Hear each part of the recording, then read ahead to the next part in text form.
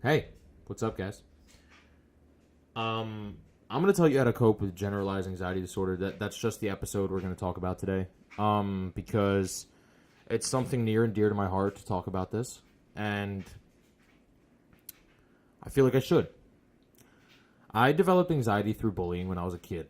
It's that simple, and I realized it because uh, I started to not have anxiety whenever I was away from those people. That's it. Whenever I wasn't around those people, I started to not have anxiety. Then it started to turn into generalized anxiety when I started to have anxiety over everything. But it branched out from bullying as a kid. Now, my anxiety hasn't affected my life, surprisingly. Anxiety affects a lot of people's lives, but it hasn't affected mine. It's a constant battle, and it always will be. And the sooner you put that in your head, that generalized anxiety disorder is a constant battle, the more you will be inclined to progress. The more you deny that you have generalized anxiety disorder, the more that you're just not going to make progress. You have to face the facts. This is how you are, and this is who you are. You're not a normal person. So the sooner that you know,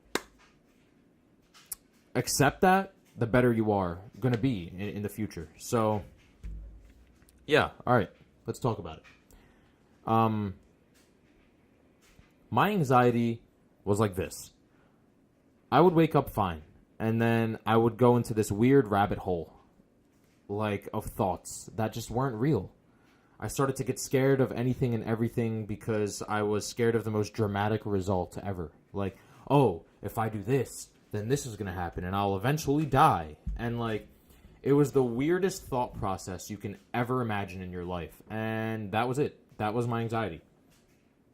That sounds a little weird to the average Joe. Some of you might think to yourself, like, okay, that doesn't sound normal. It's not normal. It's not normal at all. And like I just said earlier, the sooner that you put that behind you, the sooner you can get better. So one way I cured my anxiety would have to be, A, focusing on myself no matter what. Stop worrying about others. That's what a lot of people with anxiety worry about. They worry about others, you know. Oh, if I do this, what will others think? Stop thinking that way. Just do what you want, you know? Oh, I'm doing this because I like it. You know, if nobody else likes it around me, it doesn't matter. I still like it. It brings me joy. It may not bring you joy, but it brings me. So think about what you want. That's the first thing to curing anxiety. Second thing, when you go into those little rabbit holes of thoughts, ignore that, because that happened to me. I would always go into these little rabbit holes and just think for like days and days and days, and then I would end up being in this like little weird thought loop, and I'd end up thinking my life away, and then I would just, it's not good or bad thoughts, it's just thinking, like, and I would just like, I'd take one thought and stretch it out for like the next like hour, and then it would be the most insane thought ever, and none of it's true, none of it's real, and even if it was real, it doesn't matter if it's real. And just look at it in the eyes and say, I'm not scared of you anymore. It's that easy. One way that, a huge way that I cured a large part of my anxiety is ignoring my thoughts and realizing that the thoughts aren't real. That's a huge thing, dude. It's a huge thing. Ignore the thoughts, okay? Ignore them. Don't try to fix them. Oh my God. Oh my God. If you try to fix bad thoughts, you are going to end up in a bigger rabbit hole than you are if you just were in the normal rabbit hole. Fixing the thoughts is worse than actually thinking about the thoughts. If you have anxiety disorder and you sit there in the rabbit hole like I do and just think, ignore it. Ignore the thoughts. It's that simple. Just ignore the thoughts. And they won't go away, but like you have to realize that they're not real. And the sooner that you realize they're not real, the more you'll improve in life, you know? You have to realize the right and the wrongs. A lot of people who have generalized anxiety disorder, their thoughts are irrational, you know? Our thoughts are not rational. When we think about things, we tend to over-exaggerate them to the point where people might look at us like we're a little weird. And it's kind of true. It is a little weird, you know? The way we think is not a normal thought process. So you have to realize what's rational and what's irrational. I can't go to this party because I might fall on my face, and then if I fall on my face, my tooth might get chipped, and then the girl that I have a crush on, the boy that I have a crush on, I don't know what gender you are, the person that I have a crush on, they might think I'm weird, and then I'll get bullied, and then everybody in the dance or in the party is gonna bully me, and then I'm gonna go home and nobody's gonna like me, and I want everybody to.